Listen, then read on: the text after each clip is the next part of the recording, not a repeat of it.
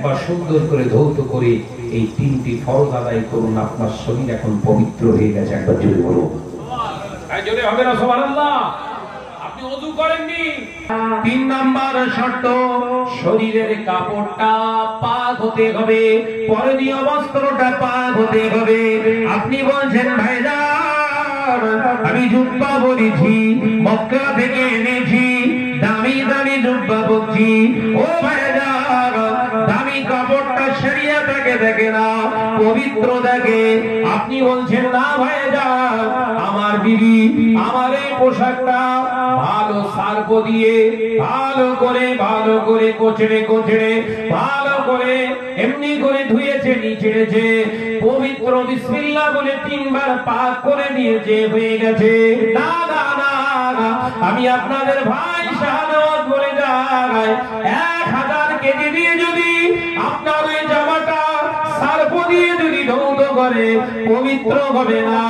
শর্ত হলো যে জামাটা আপনি পরিধান করে, ওটা পিরান না হোক, ওটা পাঞ্জাবি না হোক, ওটা শার্ট হোক, আপনি যে প্যান্টটা পরিধান করেন ওই প্যান্টটা ওই জামাটা যেন হালাল টাকা দিয়ে ক্রয় হয়। ফাঁকি দেওয়া, আপনার মানুষের কাছে ধোঁকা দেওয়া, মিথ্যা কথা বলে টাকা ইনকাম করে পা পর্যন্ত জুব্বা লাগিয়ে নামাজ আদায় করবে, ওই পোশাকে নামাজ হলো হারাম। দেখেছেন? জানতেন না, জেনেছিলেন কি পা পর্যন্ত জুব্বা হলেই হবে, 3 বার ধুয়ে ফেললেই পাক হবে। অত সহজ চালাকি পেয়েছ? মিথ্যা কথা বলে টাকা ইনকাম করে ধোঁকা দিয়ে গরিবের মাল ঝেড়ে মুড়ে খেয়ে পা পর্যন্ত জুব্বা 3 বার ধুয়ে ফেললি পাক, চালাকি পেয়েছ? রাগ করছেন? জানার দরকার আছে না?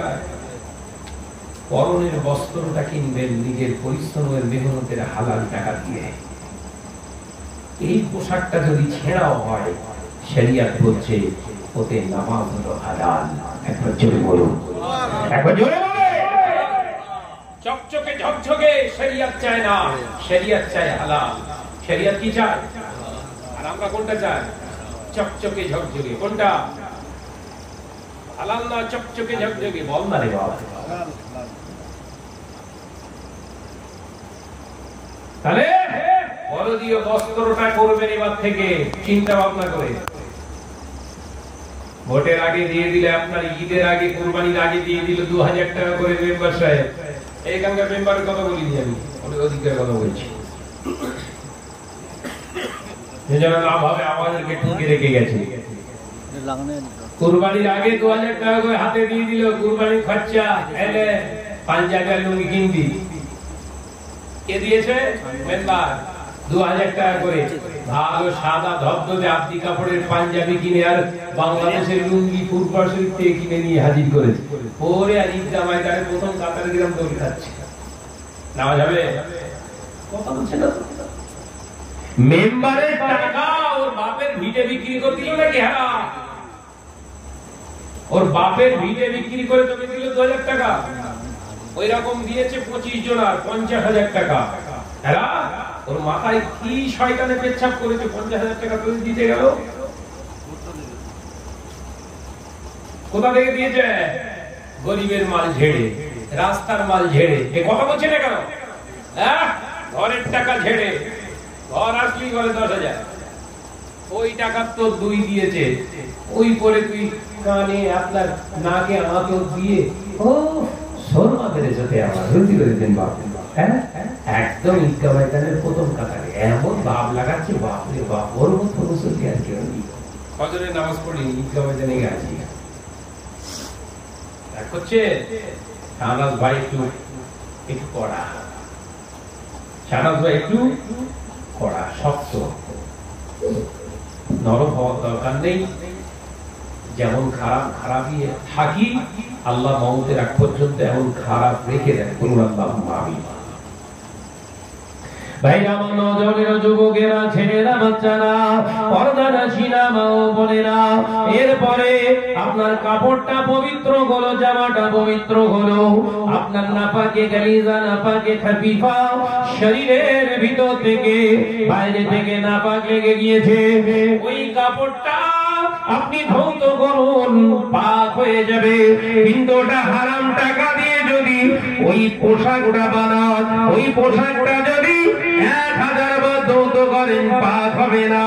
যেমন কিনা কুকুরের পিঠে যদি সাবান দিয়ে ঘষা হয়, ওই কুকুরটা কি পাক হবে? ভালো সাবান, কিয়া সাবান দিয়ে গোসল করিয়েছে, কুকুর পাক তো বল না রে বাবা। নামাজ পড়ছেন, মন নামাজে বসছে না।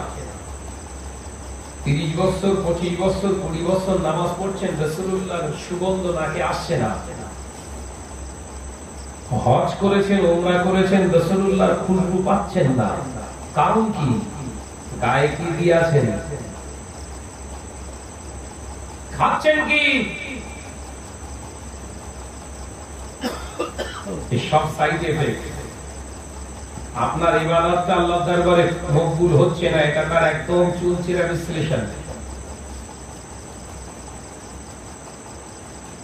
ভাইরা আমার, নওজওয়ানেরা, যুবকেরা, ছেলেরা, বাচ্চারা, পর্দানাশীরা, মা ও বোনেরা, আমার নবীর দয়ার নবী সাহাবীরা, হুজুররা গরীব ছিলেন, এত নিঃস্ব গরীব ছিলেন, হিজরত করার কারণে পরদীয় বস্ত্রটা তাদের এত ছোট ছিল। আসহাবে সুফফা রাদিয়াল্লাহু তাআলা আলাইহিম আজমাইন এত কষ্ট স্বীকার করেছে ও বাবাজিরা, কিন্তু হারামের দ্বারস্থ হননি। ও নওজওয়ানেরা, মুরব্বিয়ারা, বোনেরা, আল্লাহ নবী দয়ার নবী রাহমাতাল লিল আলামিন বলতেন, ও আমার সাহাবীরা, দুনিয়া জমিনটা এই মুমিনদের জন্য কয়েদখানা, কয়েদখানা, এই দুনিয়াটা মুমিনদের জন্য কয়েদখানা। বাবা সাহাবীরা, এখানে কষ্ট স্বীকার করো, হালালিয়াতের উপরে জিন্দেগি গঠন করো, হালাল রাস্তায় জীবন ধারণ করো। আমার আল্লাহ বেহেশতের পোশাক পরিয়ে দিয়ে আল্লাহ বেহেশতের একজন অধিবাসী হিসাবে আল্লাহ কবুল করে নেবে। আল্লাহ নবী সাহাবীরা নবীর কথা শুনে, আমার দয়ার নবী রাহমাতাল লিল আলামিন হুজুরের কথা শুনে সাহাবায়ে কেরামেরা আরম্ভক বিলাসের কথা ভুলে যেতে। ও বাবাজিরা, শোনার চান মানিকেরা, দয়া করে বোঝার চেষ্টা করো। আল্লাহ নবী শেখাচ্ছেন, এরপরে নামাজের মুসাল্লা, দাঁড়ানোর জায়গাটা তোমার পাক দরকার। যেই ঘন্টায় দাঁড়াবে তুমি, দাঁড়িয়ে নামাজ আদায় করবে, নামাজের মুসাল্লাটা পাক হতে হবে। ও বাবাজিরা, আপনি বলছেন শাহনাজ ভাই আমাকে মক্কা শরীফ থেকে একটা ভালো নামাজের মুসাল্লা এনে দিয়েছিল, তার উপরে দাঁড়িয়ে আমি নামাজ পড়ি, আমার জায়গাটা হলো পাক।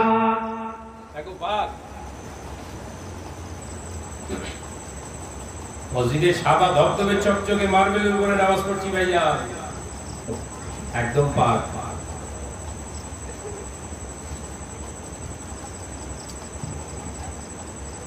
মাঠে মারা যাচ্ছে সব।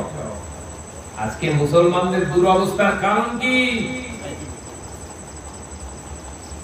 মুসলমানরা আজকে আল্লাহ সাহায্য চাচ্ছে, কেন কবুল হচ্ছে না? সমাজে এত আলেম ওলামা, এত হুজুর, আল্লাহর মদদ চাইছে, আল্লাহ মদদ দিচ্ছে না কেন? 200 কোটি মোল্লা, কত? 200 কোটি মোল্লা, 200 কোটির ভিতরে ছেড়ে দেন 150 কোটি, 50 কোটি মোল্লা তো নামাজ পড়ে। কথা বলছেন না কেন?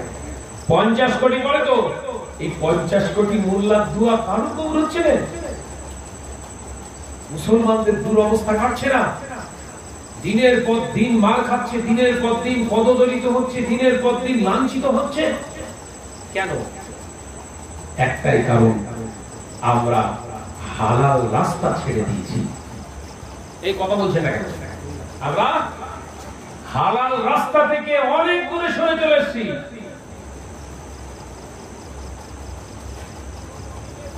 নামাজের মুসাল্লাটা, দাঁড়ানোর জায়গাটা পাক করুন। কি আপনি বলছেন ভাইজান মসজিদে মার্বেল বিছানো আছে, মার্বেলের উপরে দাঁড়িয়ে নামাজ পড়ি, ওই মার্বেলটা যদি লটারি খোদান করে, কথা বলছেন না কেন? ওই মার্বেলটা যদি সুদ খোদ দেয়, ওই মার্বেলটা যদি মেরে নেওয়া কেড়ে নেওয়া ব্যক্তি নেই, ওর উপরে দাঁড়িয়ে নামাজ পড়ছে, কি বুঝছে না? ভাইজান আমরা বাইরে গেছি, বিভিন্ন জায়গায় যাই, সেখানে গিয়ে মসজিদে নামাজ পড়ি, আমরা তো জানি না। আরে ওর কথা বলিনি, তোর গ্রামের কথা বলছি, তুই তো জানিস। কথা বলছে না কেন? গ্রামে তো তোর খবর আছে, গ্রামেরটা আগে চল, ঘরটা ঠিক কর। আমরা এখন আর হালাল দেখি না, আমরা দেখি কালার। কি দেখি? জোরে বল না রে বাবা, কালার দেখি। শাহনাজ ভাইও চকচকে ঝকঝকে একদম পোশাক পরে এসেছে, শাহনাজ ভাই ভালো আগে। হ্যাঁ, শাহনাজ ভাই দারুণ দারুণ গজল বলে, শাহনাজ ভাই ভালো আগে। আরে রাখতো গজল, রাখতো এই চকচকে ঝকঝকে। না, শাহনাজ ভাই ভালো আরবি বলে, বুঝলে? কোরআন শরীফের আয়াত ভালো পড়ে, আর ভালো হাদিসের ইবারত পড়ছে, ভালো ব্যাখ্যা দিচ্ছে, ভালো আলেম। ওটা করলে ভালো হওয়া যাবে না, ওটার নমুনা ভালো নয়। ভালো হতে গেলে আপনাকে ভালো খানা খেতে হবে। ভালো খানাটা কি? না না না, আপনাকে গোশত, আপনাকে মাছ, আপনাকে ডিম দেওয়ার কথা বলিনি। যেটা আপনি খাচ্ছেন ওটা হালাল খানা হতে হবে। ওই হালাল খানার এফেক্টে পার্শ্ব প্রতিক্রিয়া এতটাই হবে। হালাল খানেওয়ালা আল্লাহ ইবাদত কবুল করে থাকে। জোরে বলে, আর ইবাদত কবুল হয় হালাল খানেওয়ালা। এবার বুকে হাত দিয়ে দেখেন আমরা সব কোথা আছি। নবী বললেন লাহামুন হারামা লা ইয়াদখুলুল জান্নাহ। ও আমার সাহাবীরা, হারাম খেয়ে শরীরের ভিতরে যারা গোশত তৈরি করেছে, শরীরটা যারা বানিয়েছে, আমি নবী জানিয়ে দিলাম পশ্চিমকালে ওই গোশতটা জান্নাতে যাবে না। ও বাবাজিরা, সোনামানিকেরা, ভালো করে বুঝবার চেষ্টা করুন। তার নবী রাহমাতাল লিল আলামিন হুজুর আমার ইন্তেকালের আগে সাহাবায়ে কেরামের ভিতর থেকে হযরতে আলী, হযরতে উসমান, হযরতে ওমর ইবনুল খাত্তাব রাদিয়াল্লাহু তাআলা আনহুমা হুজুরদের ডাকলে, ও আমার ওমর, আমি নবী তোমাদের কাছে আমার জুব্বা মোবারকটা দিয়ে গেলাম। আমার ওয়াইসাল করনি, আমার ওয়াইসাল করনিকে আমার গায়ে জুব্বাটা তোমরা দিয়ে দিও।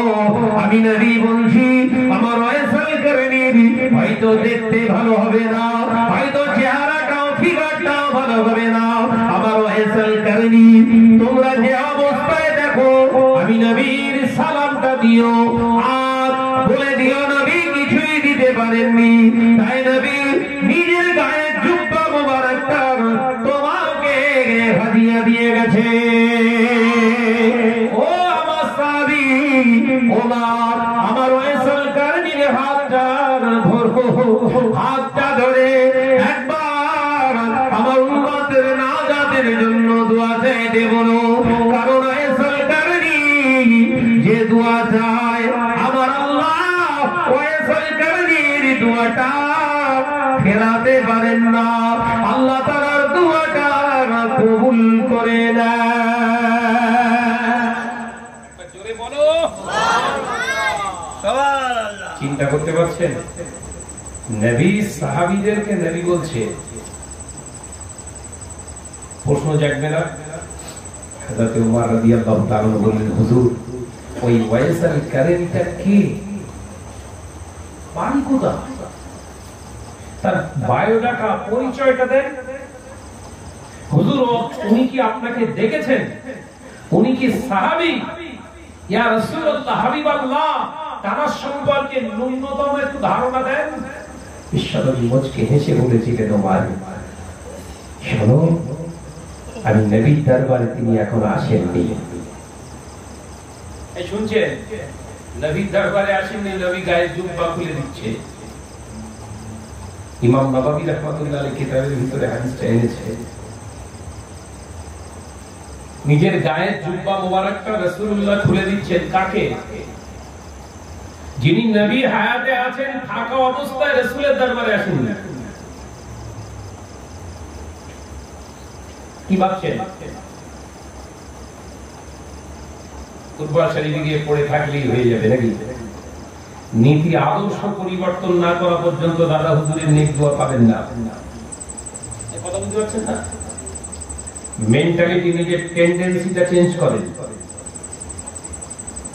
দুনিয়ায় সবাই তোমার খারাপ বলবে, কারোর পরোয়া করার দরকার নেই। আল্লাহ রাসূল মুজাদ্দিদুস জামান, আল্লাহ ওয়ালাদের দামান ধরে চুপ করে থাকুন, নিজের জীবনটাকে সেই রাস্তায় চালনা করুন। আল্লাহর ওলিদের নেক নজর, তাদের রূহানি দোয়া আপনার নসিবে হয়ে যাবে। একজন বলুন সুবহানাল্লাহ। নবী পাক সাল্লাল্লাহু আলাইহি ওয়াসাল্লাম বললেন, ওমর আমার ওয়াইসাল কারেনি আমাকে দেখেনি, আমি নবীর দরবারে আসিনি, কিন্তু আমি নবীকে বাধ্য করছে, আমি রাসূলুল্লাহ বিবেকটাকে বাধ্য করছে আমার ওয়াইসাল কারেনির জন্য কিছু দিয়ে যাওয়ার। একবার জোরে বলুন, কারণ সে আমাকে বড্ড ভালোবাসে। কি ভাবছেন? আমি আপনি তো ভালোবাসি, এই তো এক্ষুনি দাঁড়িয়ে গিয়ে নবী সালামু আলাইকা বলল, এক্ষুনি দাঁড়িয়ে তো ইয়া রাসূল সালামু আলাইকা বলবো, এক্ষুনি তো আল্লাহুম্মা সাল্লি আলা দরুদ শরীফ শুরু করব, এক্ষুনি তো নবী দিবস উদযাপন হবে, আপনার জশ্নে জুলুস মিলাদুন নবী সব আদায় হবে। এক্ষুনি পাগল হয়ে যাব, দিওয়ানা হয়ে যাব, এমন দিওয়ানা হয়ে যাব, বড় বড় ডিজে ভাড়া করে ড্যান্স সহ পতাকা উড়িয়ে উড়িয়ে যাব আমরা, কালেমার পতাকা পায়ের নিচে ঝুলবে, কোনো অসুবিধা নেই। এই তো আমাদের অবস্থা। দেখে যাচ্ছেন,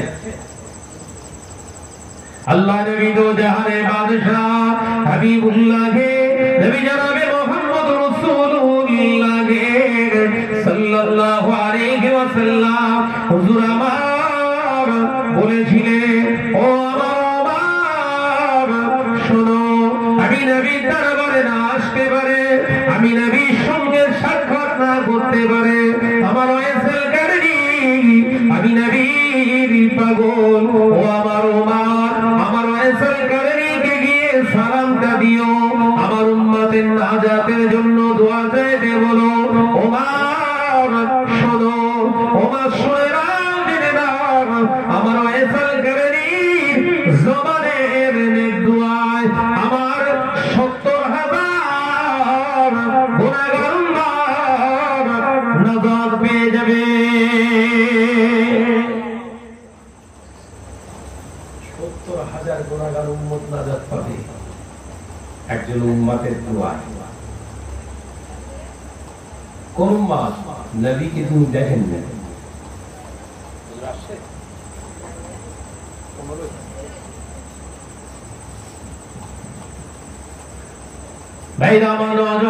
অনেকটা লম্বা, শুধু সংক্ষিপ্ত যে জায়গাটা বোঝাতে চেয়েছি বুঝে নেন। আল্লাহ রাসূল হুজুর ইন্তেকাল হয়ে গেলে, আল্লাহ নবীর ওফাতের পরে, আল্লাহ নবী দুনিয়া ছেড়ে যাওয়ার পরে, আল্লাহ নবীর সাহাবীরা এক এক করে রাসূল পাকের ওসিয়তনামা পূর্ণ করতে লাগলেন। ও নওজওয়ানেরা, হযরত ওয়াইসাল কারানী রাহমাতুল্লাহ রাদিয়াল্লাহু তাআলা আনহু খোঁজ করতে লাগলেন চতুর্দিকে। ফারুক আযম হযরত ওমর রাদিয়াল্লাহু তাআলা আনহু খুঁজে পেলেন। না না না, দেখতে তেমন ভালো না, পাহাড়ি উপত্যকায় হযরত ওয়াইসাল কারানীর শরীর স্বাস্থ্য তেমন ভালো না, ফিগার তেমন ভালো না, তেমন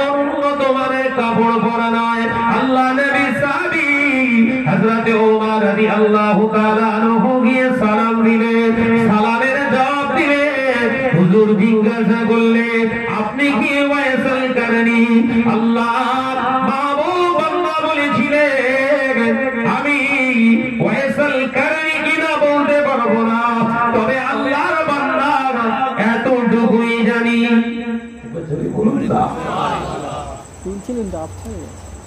আর আমরা নাম বলার আগে বলি হযরত মাওলানা আলহাজ মোহাম্মদ শাহনওয়াজ মন্ডল ফাতিহি সাহেব।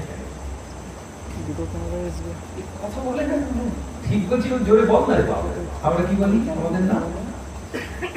আলহাজ, হযরত মাওলানা, যদি মুফতি হয় মুফতি, যদি কারি হয় কারি, বল না রে বাবা, ভুল বলছি নাকি? যদি হাফিজ হয় হাফিজ মোহাম্মদ শাহনওয়াজ মন্ডল ফাতিহি সাহেব, ব্র্যাকেটে আমার MM কথা বলে না, না বললে তোকে জলসা যাবো। কিরাম হলো কিরাম হলো